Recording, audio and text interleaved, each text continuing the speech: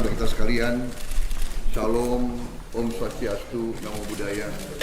Yang saya hormati, saya banggakan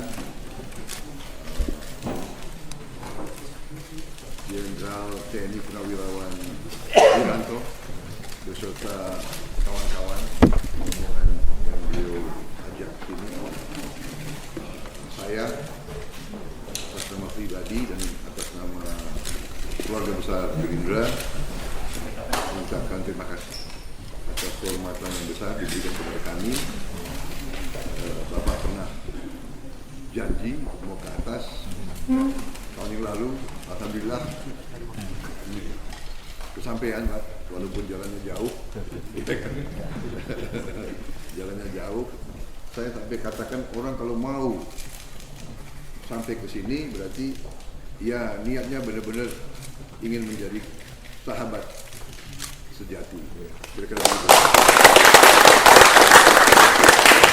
Jadi saya terima kasih, kami semua terima kasih kedatangan Bapak-Bapak Ibu sekalian.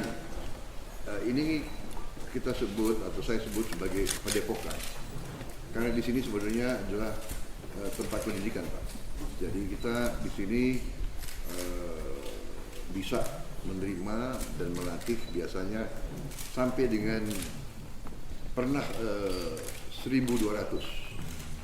siswa kader kita latih di sini, dan memang cita-cita kita suatu saat untuk membuat ini lebih permanen sebagai suatu kampus sekolah unggulan. Itu cita-cita. Jadi kita istilahnya konsepnya adalah konsep rumah tumbuh. Begitu ada kemampuan kita tambah. Kita di sini juga ada peternakan, yang integrated farming yang kita uji coba dan kita eksperimen dan kita memberi contoh kepada kelompok-kelompok tani, kader dan sebagainya. Hanya sering kalau panen saya nggak lihat hasil panen. Padahal di sini pisangnya paling bagus, Pak. Saya paling bangga dengan pisang kita di sini. Jadi demikian, pas ini karena puasa, siswa-siswanya lebih kosong. Biasanya selalu ada. Dan karena itu mungkin Bapak lihat ramai sekali. Jadi intinya Bapak Wiranto dan kawan-kawan, kami sangat gembira, sangat senang. Kami ingin mengajak sebetulnya ya semua potensi untuk bisa kita bekerja sama, kita bisa menggabungkan semua potensi untuk kebaikan bangsa dan negara kita. Saya kira intinya itu. Jadi kami sangat welcome tokoh-tokoh, kader-kader. Bapak pernah menyampaikan Bapak punya kader-kader yang potensial yang baik. Kami sangat welcome, sangat terbuka, dan tentunya ya syukur-syukur Bapak sendiri juga kan. Saya lihat Bapak sudah pakai baju putih.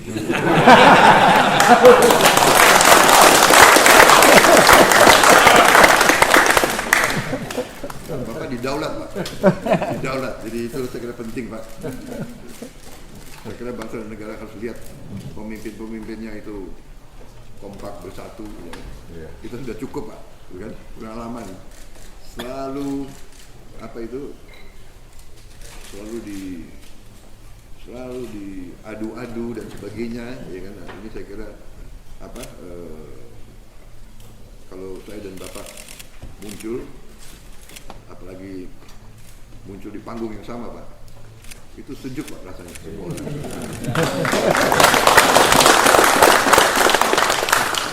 Hanya jangan suruh Prabowo nyanyi. Kalau Pak Wiranto harus. Saya kira itu pembukaan, Pak.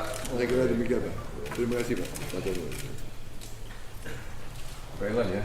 Assalamualaikum warahmatullahi wabarakatuh. Waalaikumsalam.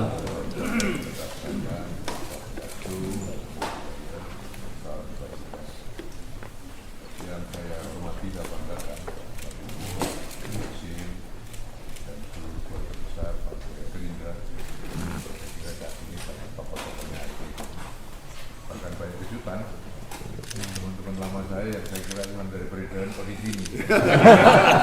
muncul di sini.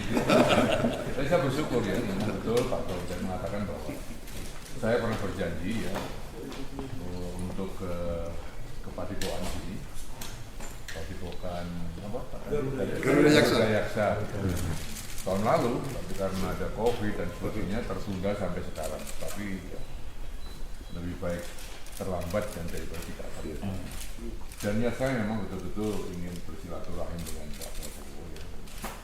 Sudah lama kita niat untuk ya, melakukan satu hubungan yang berkesinambungan. Ya. Tatkala kita merasa sama-sama bertanggung jawab dalam negeri ini. Bapak Ibu sekalian yang saya hormati, kecuali memang janji saya untuk datang kemari, dan kebetulan sekarang memang masih suasana Lebaran, suasana Idul Fitri 1440 Hijriah. Pada kesempatan yang baik ini saya menyampaikan selamat Idul Fitri, mohon maaf lahir batin kepada Pak Prabowo, Pak Sim, keluarga besar, Partai Gerindra. Mudah-mudahan tahun depan ya kita lebih akrab lagi. Bapak sekalian, sebenarnya tanpa saya sadari ya, saya dengan Pak Prabowo ini mempunyai satu nasib yang sama. Kecuali kita dalam hubungan TNI, ya dua-dua memang lulusan akhir militer nasional. Kita beda angkatan ya. Saya angkatan 68, beliau angkatan 74. Bedanya jauh. Tetapi ternyata kita disatukan dalam satu penugasan tempur ya. Yang saya masih ingat, saya dengan beliau itu ketemunya di medan tempur, Timur Selatan, di Matapura, Turiskai. Saya sebagai staf operasi Satgas Trisula, beliau sebagai Satgas Pemburu waktu itu. Kita ketemu di Matapura, di sungai apa Pak? Sungai yang nembus ke Matapura itu, sungai yang kering tapi begitu. Keraras. Iya. Pada saat saya Laklu. Ya. Laklu. Pada saat saya kemudian menjadi Asop Kopskam, beliau sudah Danyon ya. 28. Kita ketemu lagi. Iya. Bahkan saya seringkali memaksa helikopter mendarat yang di Supiri ya, pilot oleh Glenn kan. Pak Glenn Kauripan itu, saya kelaparan di satu gunung ya, nggak dapat suplai makanan 1 bulan karena berkabut terus. Ya. Angkatan Udara nggak berani angkat tangan, dia berani, hanya dengan suara akan kendalikan. Saya nggak perlu lihat Bapak, nggak perlu lihat, suaranya saya dengar. Bonek Pak. Sebenarnya nggak bisa ya dikendalikan lewat suara, harus visual sebenarnya. Tapi dia nekat, makanya sampai sekarang saya utang budi dengan dia.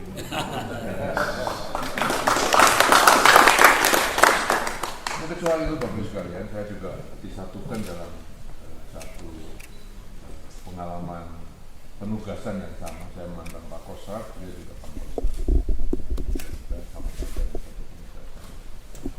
Lalu di bidang politik juga sama lagi.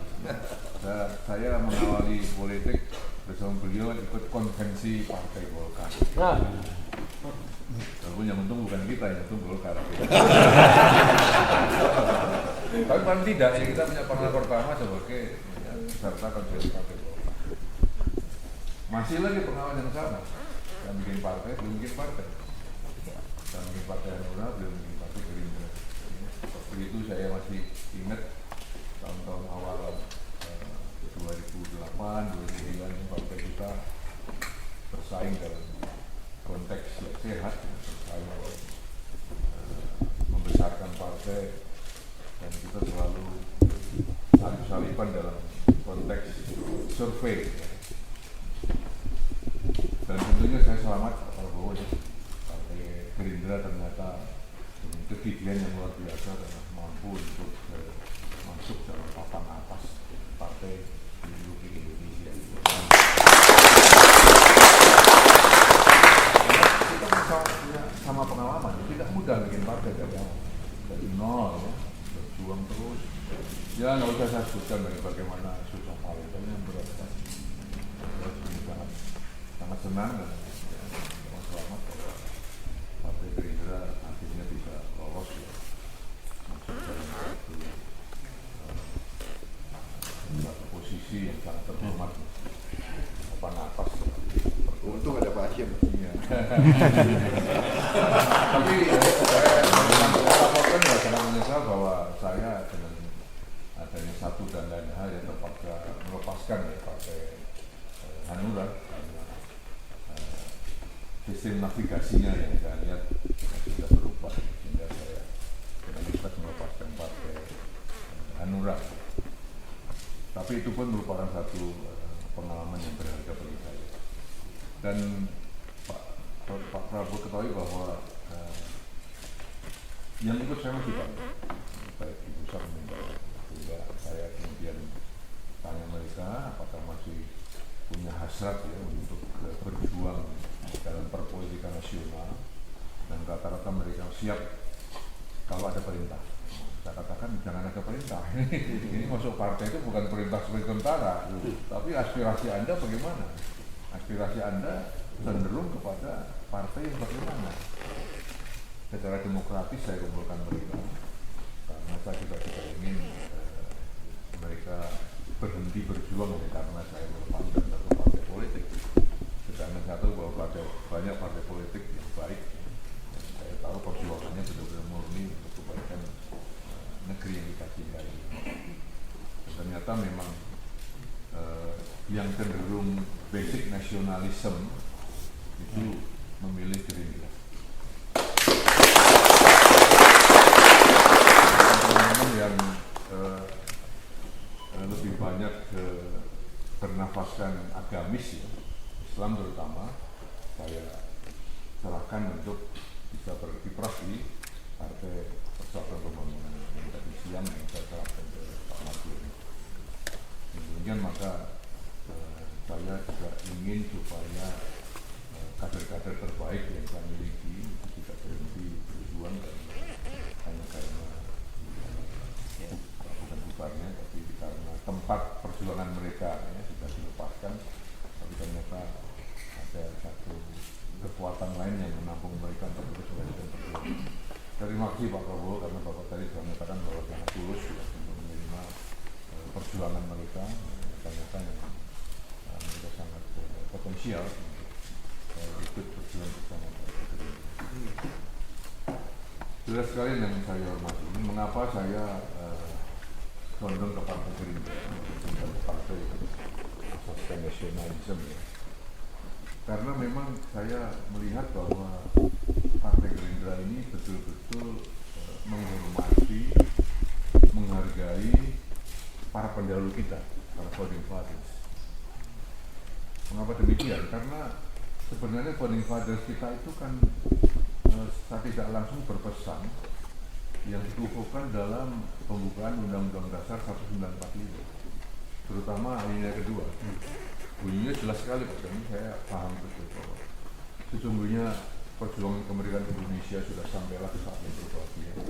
Selamat sentosa mengantarkan rakyat Indonesia ke depan pintu gerbang negara Indonesia yang merdeka, bersatu, berdaulat, adil dan makmur. Jadi para pendahulu kita ini sudah merasa bahwa tugasku sudah selesai mengantarkan rakyat Indonesia ke depan pintu gerbang negara Indonesia yangnya ini itu harapan mereka yang merdeka, bersatu, berdaulat, adil dan makmur. Itu menurut saya itu Indonesia Raya.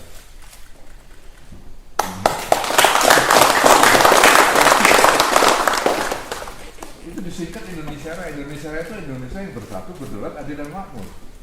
Maka saya katakan tadi bahwa Partai Gerindra ini betul-betul bisa menangkap aspirasi para pendahulu kita, melanjutkan perjuangan mereka, ingin mewujudkan Indonesia yang merdeka, bersatu, berdaulat, adil dan makmur. Indonesia Raya. Salut kepada Pak. Itu saya tidak ragu-ragu untuk kemudian meminta teman-teman saya tidak hanya di Jakarta, di seluruh Indonesia untuk silakan bergabung dengan satu partai yang betul-betul menghargai, menghormati dan melanjutkan keinginan para pendahulu kita. Bapak sekalian yang saya hormati, saya kira itulah intinya mengapa saya kemudian menyadari bahwa saya harus mencoba untuk membawa teman-teman untuk memberikan pilihan yang terbaik bagi masa depan. Kita tahu bahwa perkembangan akhir-akhir ini memang ya cukup memprihatinkan, ya masih banyak hal yang perlu kita selesaikan. Saya kira teman-teman sekalian sudah paham betul bahwa pekerjaan belum selesai. Pak Jokowi banyak sekali berbuat sesuatu. Pak Jokowi telah melakukan yang terbaik ya dari konsep-konsep yang terencana. Pak Prabowo paham, saya paham, kita berada dalam suatu wadah pemerintahan saat ini, masih melanjutkan juga. Dan itu kalau kemudian kita abaikan, kita sia-siakan tanpa ada kesinambungan, sayang sekali. Negeri ini butuh satu kesinambungan pembangunan yang berlanjut. Dan itu hanya dapat dilakukan orang yang paham betul atas pesan-pesan para pendahulu kita. Tanpa memahami itu, yang dikejar yang popularitas. Tanpa memahami itu, bekerja tanpa konsep. Maka itulah kemudian saya mendorong Pak Prabowo dan teman-teman dari Gerindra teruslah maju ya, untuk membawa negeri ini dalam suasana politik yang sehat ya, untuk memberikan kesinambungan pembangunan bagi negeri. Itulah Pak Prabowo, saya kira saya bukan ceramah tapi betul-betul saya keluarkan isi hati saya.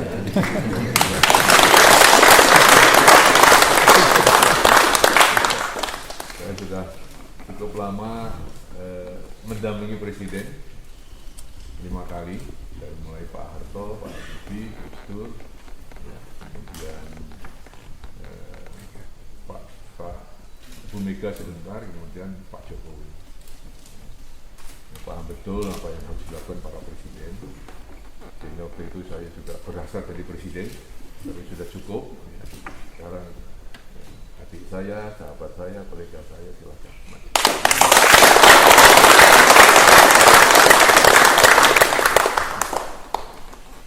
Baik Pak, terima kasih Pak Wiranto yang saya hormati, saya banggakan.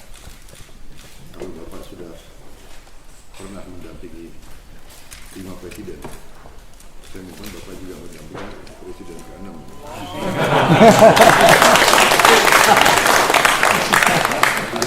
Amin. Jadi kalau saya ini, kalau Bapak perhatikan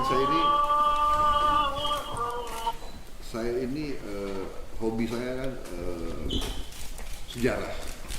Jadi buku ini sebagian besar bersejarah.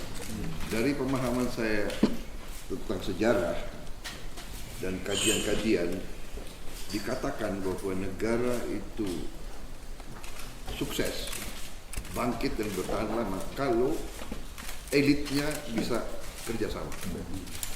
Begitu elitnya tidak bisa kerjasama, kita lihat contoh sudah banyak. Terakhir di Sudan, di mana ya kan? Perang Sudan kita. Nah, saya demikian saya bertekad atau saya punya keyakinan bahwa saya harus bisa bekerja sama dengan semua pihak. Tapi juga saya harus berjuang dan berusaha untuk menimba ilmu dan meminta dukungan dari putra putri terbaik bangsa. Dan saya bukan saya ngolor Pak, kita kan sudah, saya lama lihat beliau, kadang-kadang orang menganggap bahwa kita apa Pak, bermusuhan, bersaingan Pak, benar selalu kan begitu Pak. Saya lihat beliau salah satu putra terbaik bangsa Indonesia, putra terbaik dari TNI ya kan? Nah karena itulah Pak, jadi Bapak sudah dampingi 5 presiden, Bapak harus dampingi 6 presiden.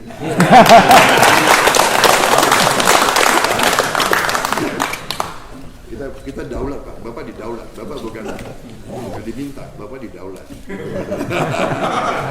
Ya kan? Jadi sulit Pak untuk nolak. Ini anak buah Bapak semua Pak. Iya kan? Atasan saya jauh Pak Trisno aja. Iya. Aduh. Yang repotnya di tentara Pak. Ya.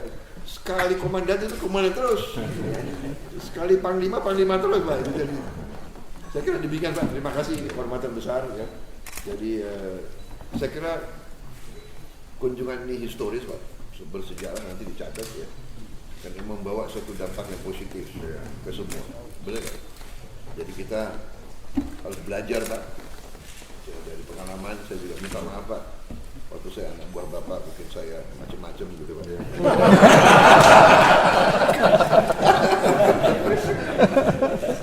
Iya kan? Maklum Pak, itu memang saya itu dulu terlalu lama Pak di pasukan tempur, iya kan? Ya sama kan. Saya nggak pernah terjun, nggak Iya Pak. Ya kadang-kadang itu Pak. Alfa sama Alfa itu Pak. Jadi tapi kita sudah, pokoknya kita harus bersatu Pak. Terima kasih dorongan Bapak, moral ini kayak apa ya, booster energi bagi kami. Ya, saya butuh dukungan Bapak, dukungan senior-senior. Karena sumpah kita waktu itu kan jiwa raga kita untuk bangsa dan negara. Sumpah kita yang menarik. Ada satu lagu biar badan hancur lebur. Iya Pak. Siap bertempur. Iya. Artinya sebenarnya the Sultan never die, just it away. Iya. Bertempur itu sekarang bukan bertempur lawan musuh ya, bertempur lawan kemiskinan, kebodohan, ketidakadilan, itu. Dan itu memang kita beralih ke medan tempur, kita beralih ke situ. Dan saya bersyukur Pak Prabowo bergabung dengan Pak Jokowi, dengan saya, dengan penasehat, dengan Menteri Pertahanan, kita bisa melihat secara utuh bagaimana mengelola negeri ini. Dan dia dengan cepat bisa belajar negara yang begitu ya. Memang perlu satu ya katakanlah learning by doing ya, bukan hanya baca, tapi melihat langsung bahwa negeri ini memang perlu satu upaya yang sangat keras ya untuk bisa memenangkan persaingan global. Saya setuju bahwa dikatakan bahwa pemenangnya nanti bukan yang paling kuat, bukan yang paling besar, tapi yang paling cepat. Yang paling cepat menangkap peluang, yang paling cepat untuk mengadopsi kemajuan teknologi, dan itu jadi pemenang.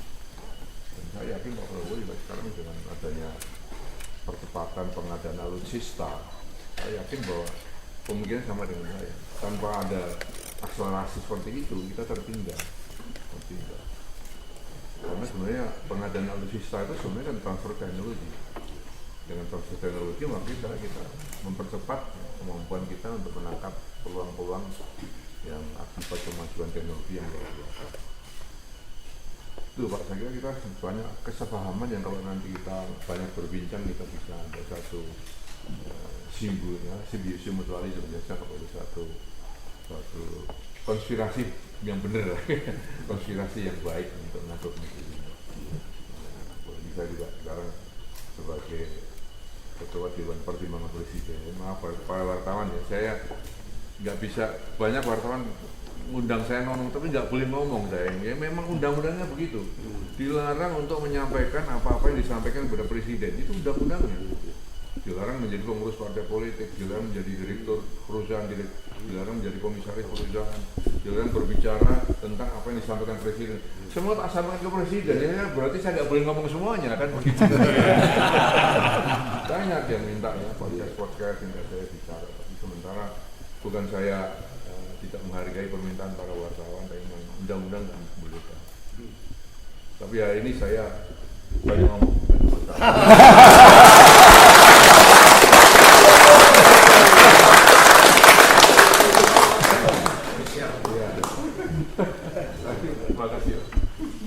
Terima kasih kalau begitu.